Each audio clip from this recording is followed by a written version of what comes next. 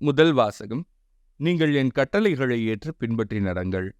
இணைச்சட்ட நூலிலிருந்து வாசகம். அதிகாரம் 4 இறைவசனம் 1 மற்றும் 5 முதல் 9 முடிய. மூசே மக்களை பார்த்து கூறியது: இப்பொழுது இஸ்ரவேலரே, கேளுங்கள். நான் உங்களுக்கு கற்றுத்தரும் நியமங்கள் முறைமைகளின்படி ஒழுகுங்கள். அதனால் நீங்கள் வாழ்ந்து மூதாதையரின் கடவுளாகிய ஆண்டவர் உங்களுக்கு கொடுக்கும் நாட்டுக்குச் சென்று அதை உரிமையாக்குவீர்கள்.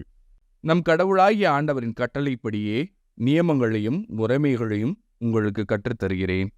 எனவே நீங்கள் போய் உரிமையாக்கிக் கொள்ளும் நாட்டில் அவற்றை பின்பற்ற வேண்டும்.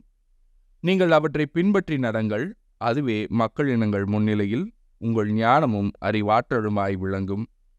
இந்த நியமங்களை கேள்வியுறும் அனைவரும் உண்மையில் இப்பேரினம் ஞானமும் அறிவாற்றலும் கொண்ட மக்களால் ஆனது என்பர். நாம் குரல் எழுப்பும் போதெல்லாம் நம் கடவுளாகிய ஆண்டவர் நம்மோடு உள்ளார். அவரைப் போல் மக்களுக்கு மிகவும் நெருங்கிய கடவுளை கொண்ட வேறு பேரினம் ஏதாகிலும் உண்டா? நான் இன்று நேர்மை மிகு சட்டங்களை உங்களுக்கு தந்துள்ளேன்.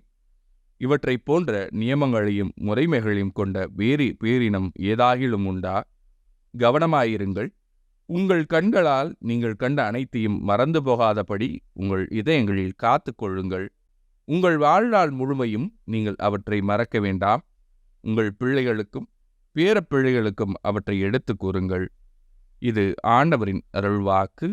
இறைவா, உமக்கு நன்றி. பதிலுரை பாடல். எருசலேமே, ஆண்டவரை போற்றுவாயாக. எருசலேமே, ஆண்டவரை போற்றுவாயாக. சீயோனே, உன் கடவுளை புகழ்வாயாக. அவர் உன் வாயில்களின் தாள்களை வலுப்படுத்துகின்றார். உன்னிடமுள்ள உன் பிள்ளைக்கு ஆசி வழங்குகின்றார். எருசலேமே, ஆண்டவரை போற்றுவாயாக. அவர் தமது கட்டளைகளை உலகினுள் அனுப்புகின்றார். அவரது வாக்கு மிகவும் விரைவாய் செல்கின்றது. அவர் வெண்கம்பளி போல் பனியை பொழியச் செய்கின்றார்.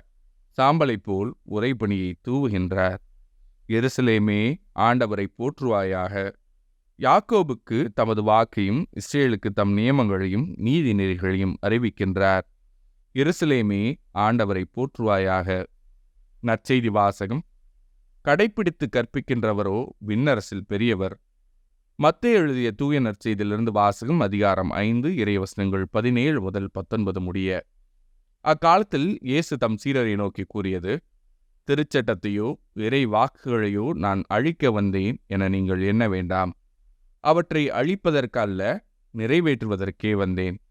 விண்ணும் மண்ணும் ஒழிந்து போகும் முன் திருச்சட்டம் யாவும் நிறைவேறும். அதன் ஒரு சிற்றெழுத்தோ ஒரு புள்ளியோ ஒழியாது என உறுதியாக உங்களுக்கு சொல்கிறேன். எனவே இக்கட்டளைகளில் மிகச் சிறியது ஒன்றையேனும் மீறி அவ்வாறே மக்களுக்கும் கற்பிக்கிறவர் விண்ணரசில் மிகச் சிறியவர் என கருதப்படுவார்.